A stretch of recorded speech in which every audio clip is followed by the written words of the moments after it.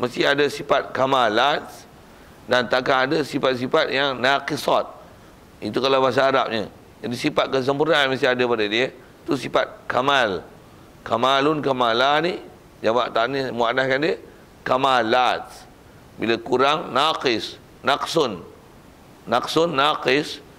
Jadi sifat-sifat kekurangan sifat yang naqisat. Sifat kekurangan mustahil pada Allah Taala. Takkan Tuhan ada kekurangan. No.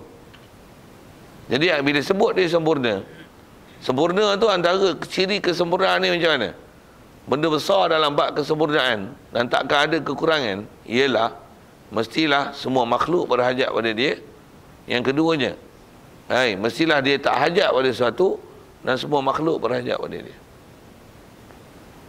Cuma apa ciri yang mesti dia ada untuk dia tak hajat pada makhluk?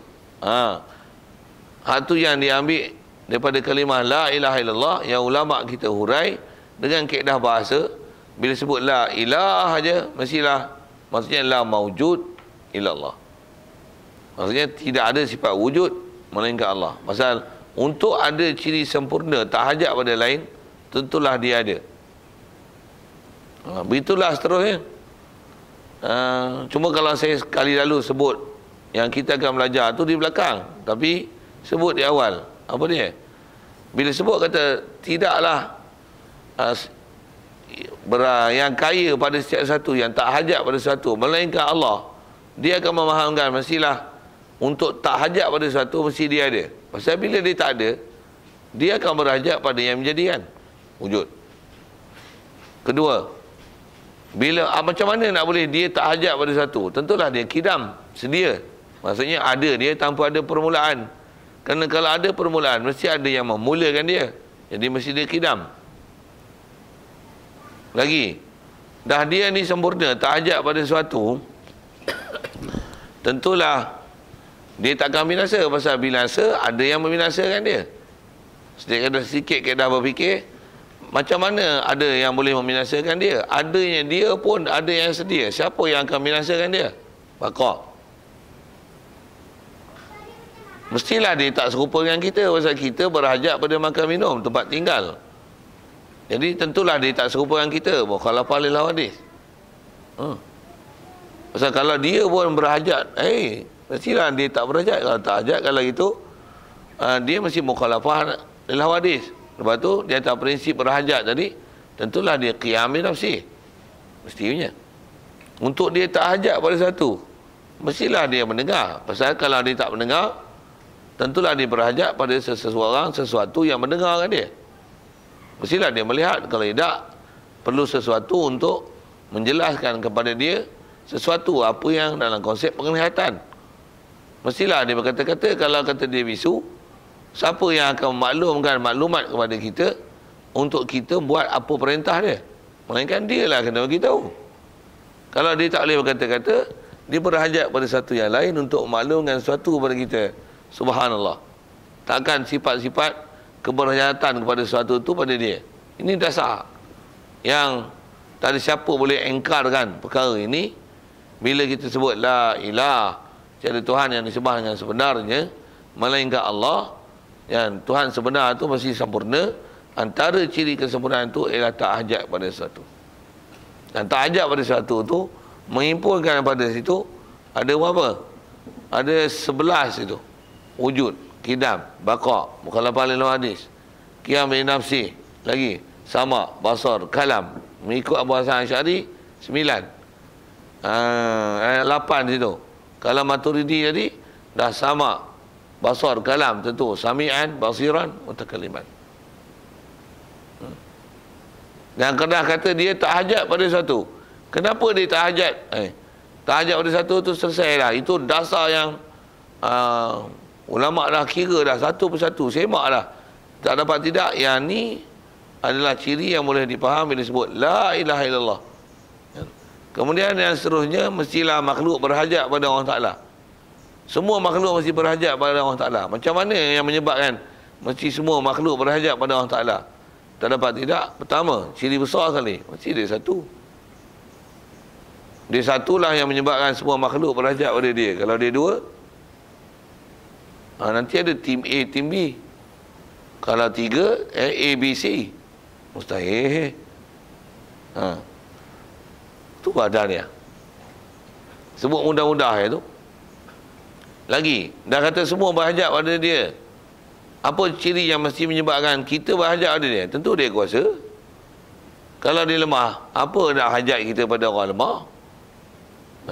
Mesti kudrat, iradat, tu ilmu. Takkan jahil.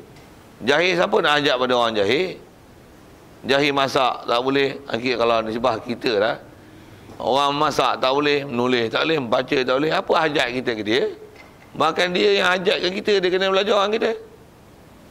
Jadi mestilah Allah yang mencipta alam ni mesti sempurna. Antaranya kita mesti hajat pada dia, tak dapat tidak, mesti dia kudrat iradat ilmu hayat lah. Wadaniyah, kudrat iradat ilmu hayat. Dan kudrat iradat ilmu hayat tentulah qadirah muridah aliman hayyan. Siap. Kalau kira tu campur dengan hak tadi 11, ini wadaniyah, kudrat iradat ilmu hayat, qadirah muridah aliman hayyan 9. Tak 20. Siap. Ambil faham mana? La ilaha illallah. Ambil dengan huraian, dengan perincian bahasa dan huraian apa maksud ilah tu. Tu yang ulama keluar kan. Ilmu yang kita belajar ni ilmu sifat 20. Kalau orang tanya ambil huraian mana ilmu sifat 20 ni, ambil daripada la ilaha illallah. Satu sikit sebut gini. Nabi ajar sifat 20. Soalan tu juga kena tanya ni. Nabi ajar tak tauhid? Nabi ajar tak fiqh? Nabi ajar tak tafsir? Nabi ajar tak hadis? Nabi ajar tak nahwu? Nabi ajar tak saraf? Nabi ajar tak balaghah? Nabi ajar tak tasawuf? Nabi ajar tak usul fiqh? Nabi ajar tak usul tafsir? Buih soalan gitu. Nak jawab macam mana? Nabi ajar tak nahwu? Isim marfu', isim mansub, la ilaha, la nafi lil jinsi, ilaha isim la yang kena mabni ala fathah, la ilaha. Lepas tu khabar dia mahzuf pasal ada isim la beramal dengan amalan inna, tansibul isma wa tansibul khabar. Waktu isim dia ilaha, khabar dia mahzuf, maujudun, la ilaha maujudun, illa adatul istisna, Allah illallahu, badal daripada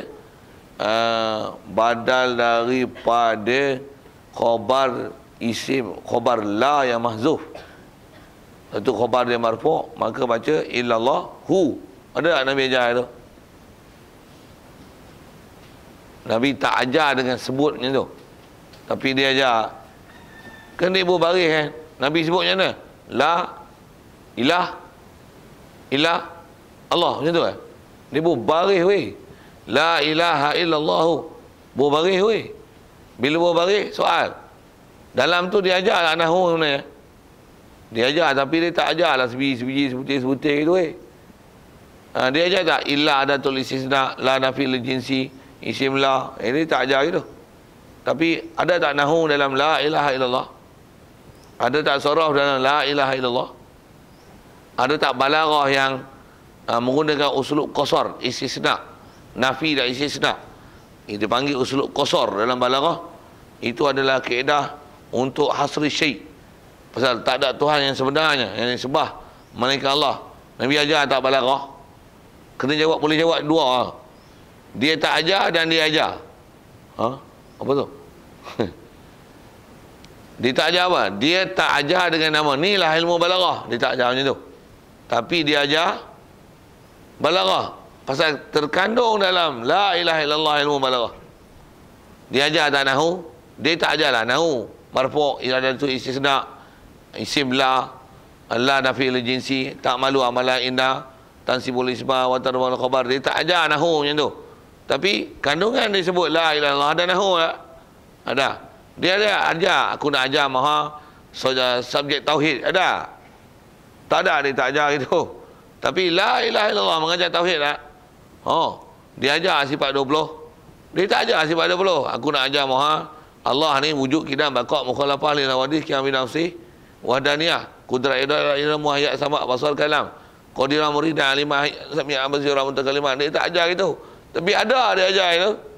Ada kandungan la ilaha illallah tu dia ajar tu.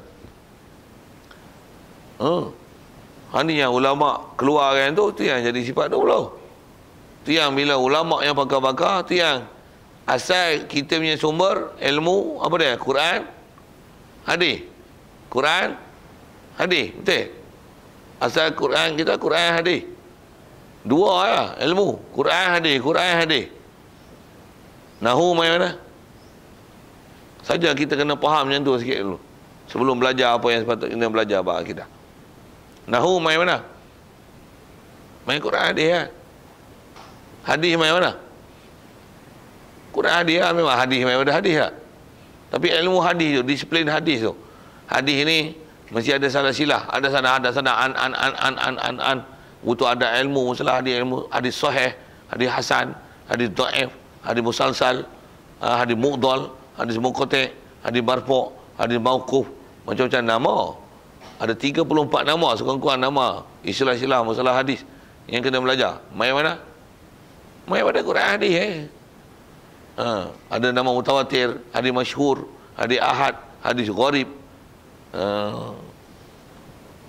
hadis aziz, nama-nama hadis tu. Ada kategori apa? Pandang sudut apa? Lepas tu daripada Quran hadis ke? Ada ilmu qiraat. Ilmu qiraat mai mana? Mai pada Quran. Mai pada Quran. Ilmu surah mai pada mana? Mai pada Quran. Nabi ajar surah.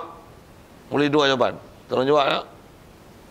Nabi tak ajar lah surah huwa humahum, hiya humahunna, anta antum antum. Tapi hak tu mai mana? Mai pada Quran. Mai pada hadis. Pasal Quran bahasa Arab. Usulub Arab, kaedah Arab.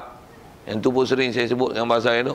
Quran ni bahasa Arab. Quran Allah Ta'ala sebut inna anzalnahu Qur'anan Arabiyyan. Sampai orang kafir pula dia persoal pula. Nabi Muhammad ni duk ajar-ajar kita Quran ni, dia kata ahajamiyyu wa arabi. Ni ajar bahasa ajam ke bahasa Arab? Sampai ada hak bodoh macam tu. Sampai dia muskil Rasulullah ni. Ahajamiyyu wa arabi. Quran turun inna anzalnahu Qur'anan Arabiyyan, kami turun dengan Arabi, uslub Arabi, qawaid Arabi, lughah Arabi, cara istinbat Arabi. Semua Arabi. Itu yang daripada ilmu Quran hadis asalnya, maka terberanak daripada dia semua ilmu-ilmu yang kita duk belajar lah ni. Nabi ajar fiqh, Nabi ajar sirah, Quran ada ajar sirah. Atas nama satu-satu subjek tak ada. Tapi dalam Quran ada sirah, ada. Dalam Quran ada fiqh, dalam Quran ada tasawuf, dalam Quran ada nahu, dalam Quran ada saraf, dalam Quran ada balaghah, dalam Quran ada apa? Ada ilmu salasilah, ilmu sanad, ada ilmu qiraat, ada ilmu apa? Ada ilmu matematik, ada ilmu geografi, dah syarah kot tu, syarah pi kot lain. Ada ilmu astronomi, ada ilmu embriologi, ada ilmu matematik. Ada pelagak. Ada. Tapi Nabi tak ajarlah aku nak ajar matematik. Inna iddatash syuhuri indallahi isna asyara syahran fi kitabillahi yawma khalaqas samawati wal ard minha arba'atun hurum. Dia ajar bulan tu. Ajar matematik. Bulan ada 12. Dan daripada 12 ni ada 4 daripadanya. Suku daripada dia 4. 1/3 daripadanya adalah bulan-bulan haram. Ajar matematik tak? Apa? Walikulli wahidin minhum as-sulus. Wali abawaihi li. Sebut tu slow sikit ayat Quran. Dan sebut apa? Ada sebut walakum nisfu ma taraka azwajukum illam yakul lakum wala illam yakul lahum walad. Walakum nisfu ma illam yakul lahunna walada. Kamu dapat separuh daripada harta pusaka. Kalau separuh tu kata kat suami, suami dapat separuh harta pusaka kalau isteri tak ada anak. Walahunna rubu'u mimma taraktum. Kamu dapat 1/4, isteri dapat 1/4. Kalau suami tak ada anak, kalau suami ada anak dapat falakumus sumunu. Dapat 1/8, 1/4 dah. sumun ada, rubuk ada, nisfu ada, sulus ada, 1/3 ada, 2/3 ada. Walizakari mislu hazzil unsayain. Orang lelaki dapat 2 kali ganda perempuan. Ajar matematik tu.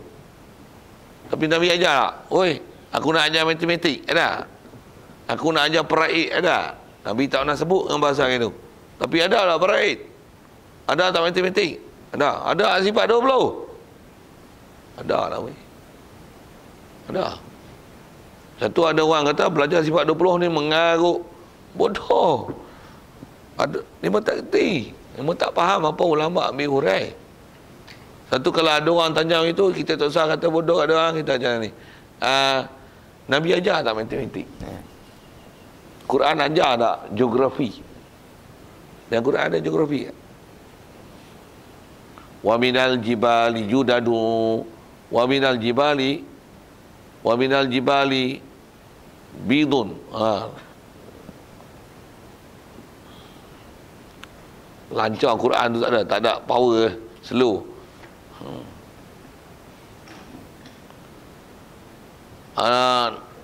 Dalam Quran Nabi ajar tak bab binatang dalam Quran? Nabi ajar tak binatang ada berapa jenis ada? Ada dalam Quran tu. Wa minal an'ami hamulatan wa farsha. Semua ada. Mu nak cerita bab apa? Bab binatang. Mu nak cerita bab langit bumi. Mu nak cerita bab hujan.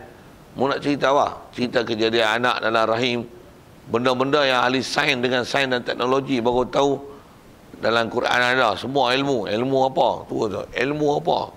Cuma ada ilmu yang disebut dengan direct dan indirect. Macam mana pun nak sebut apa?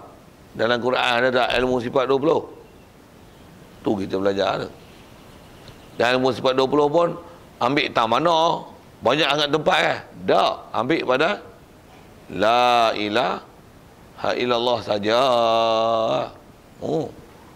Boleh hurai La ilaha illallah sampai keluar satu kitab. Ya.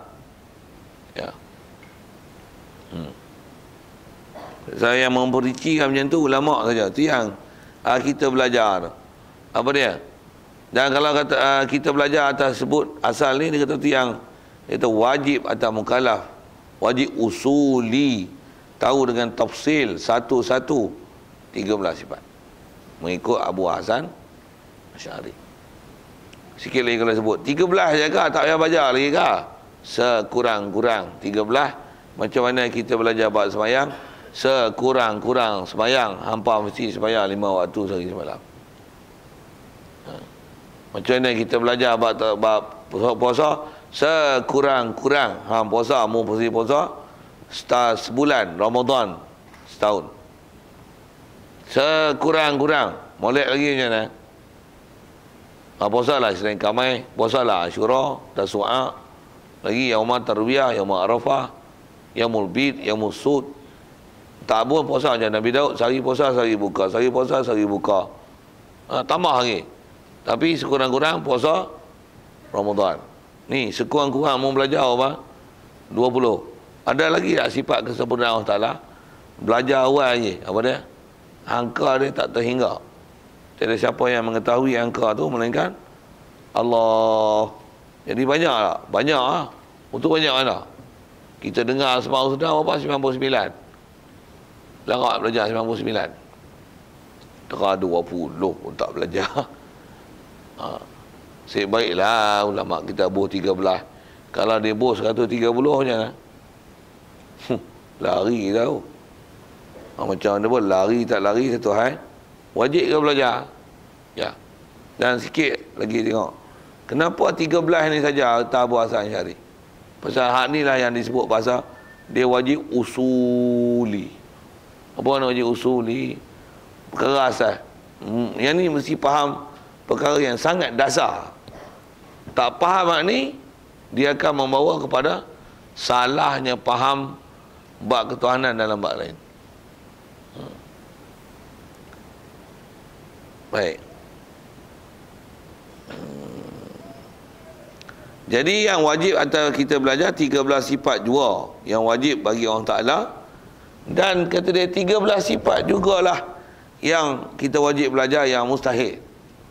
Baik, mustahil ni apa? Mustahil ni lawan daripada 13 lah, perkara yang tak sepatutnya ke Allah Ta'ala. Kerana kaedah kita belajar dengan kaedah bahasa, dengan kaedah berfikir, kalau dah kata Allah Ta'ala ada, tentulah mustahil tiada. Mestilah macam tu. Kalau kita belajar dengan kaedah bahasa Melayu mudah-mudah macam ni, Allah Ta'ala, Allah Ta'ala lah. Kalau sebut kita apa? Dia ni lelaki, taklah perempuan. Lah ni siang, taklah malam. Itu. Kita duduk hidup, taklah mati. Kita duduk di madrasah, taklah di rumah. Hak ada di rumah, taklah di madrasah. Kan macam tu. Kita ni tak serak ni, lapar, taklah kenyang. Kan macam tu. Jadi kalau Allah Ta'ala, dah Allah Ta'ala ada, tentulah tak ada. Dah dia kuasa, tentulah tak lemah. Dah ada ilmu, tentulah tak jahil. Kenapa pula nak kena sebut tak tu pula? Pasal ilmu tauhid ni kalau silap i'tiqad bahaya. Satu, bilang enggak hak mustahil. Maksudnya mesti kita kena belajar macam ni. Sedikit sepih ulama kita ajar prinsip apa dia?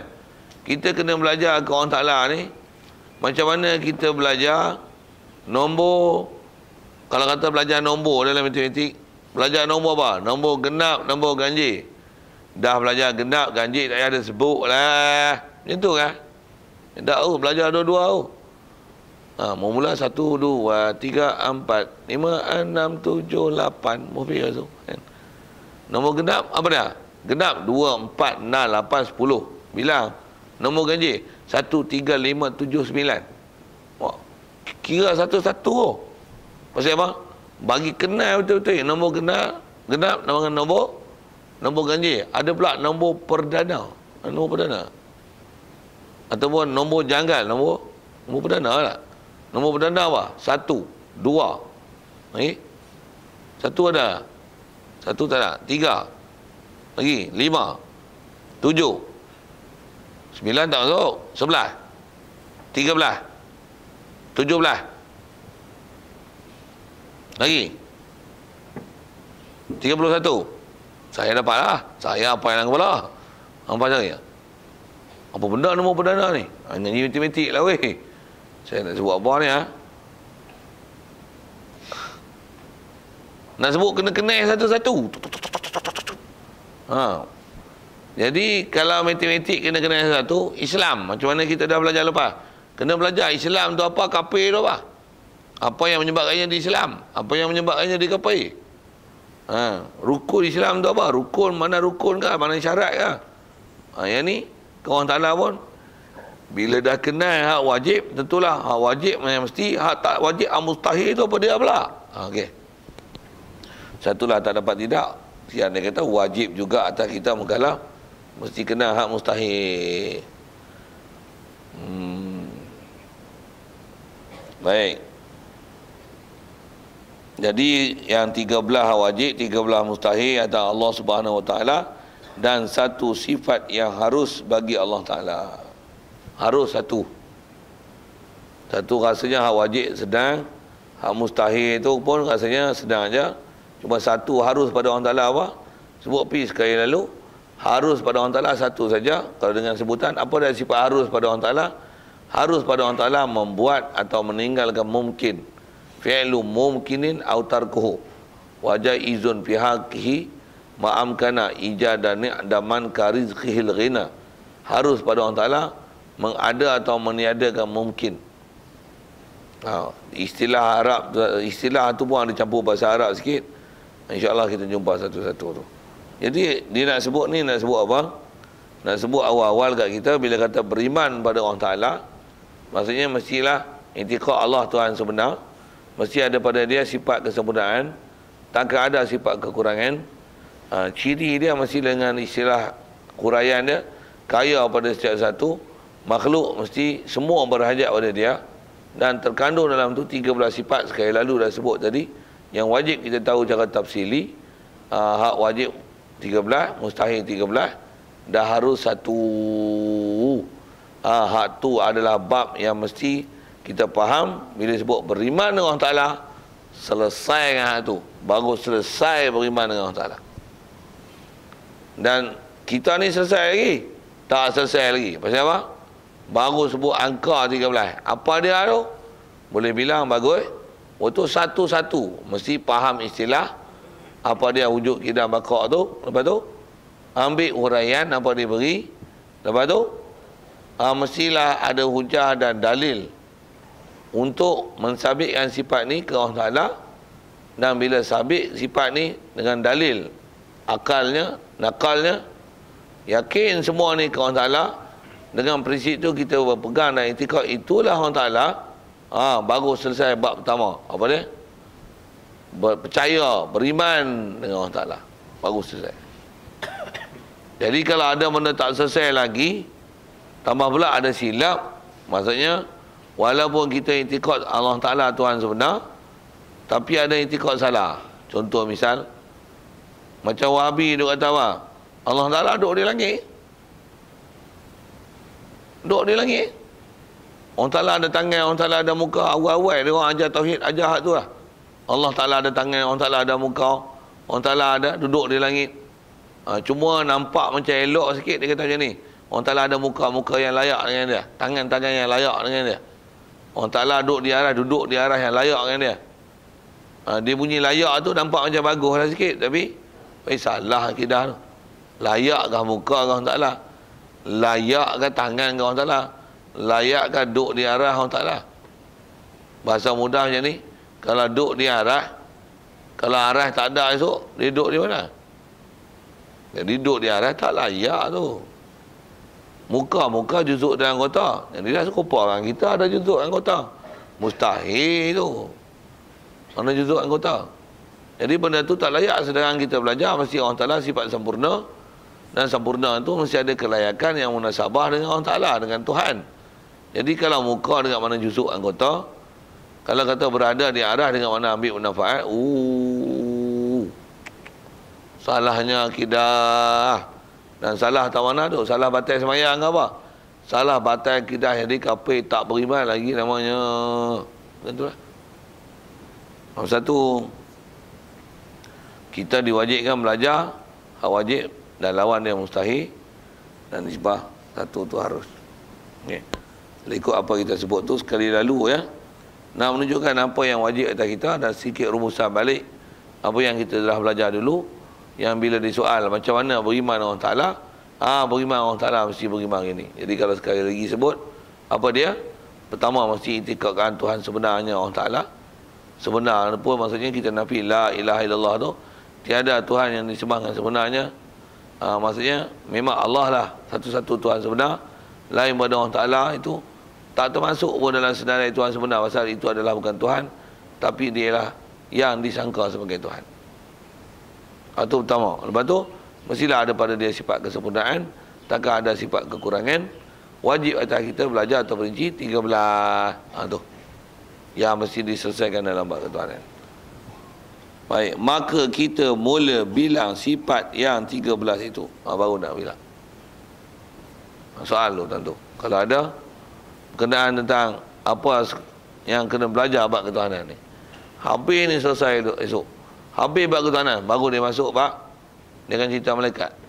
Untuk Rasul, Nabi, kitab. Sampai hari kiamat, kodok-kodok, habis kitab ni. Jadi semua kitab kita ni sampai habis, memang dia nak paku sungguh bab rukun iman. Yang kita belajar dah, kitab pun nama paku. Nak lekatkan dengan kita bab ketuhanan, bab malaikat, bab Rasul. Bab kitab, kodok-kodar, hari kiamat dan kodok-kodar. Dia nak bagi paku sungguh. Istilah paku alat untuk melekatkan sesuatu kepada sesuatu. Jadi dia nak paku, nak skru kita, supaya memang lekat sungguh iman kat kita. Dan iman tu adalah ni, kandungan kitab dia. Yang dah kata paku, kita sebut dah itu, saya tukui dia lah. Saya tukang katok dia lah, kok nak lekat. Macam mana pun, soal kalau ada, tentang apa kita bicara, tak angka, Wahabi ya. Mustahil tu, tak faham. Mustahil ni bunyi orang putih sikit, impossible faham, impossible. Tak faham kan ni? Mustahil tak faham. Mustahil ni kalau asal takrif Arab, ma la yutasawwaru fil aqli wujuduh, benda yang tak tergambar di akal kewujudan dia. Baik, contoh macam ni tau. Mu hidup lah ni. Kering. Hidup lah ni. Boleh tak mu hidup, tapi lah ni mu mati? Mustahil tu. Tu mustahil lah. Pasal akal mu tak boleh terima. Mu laki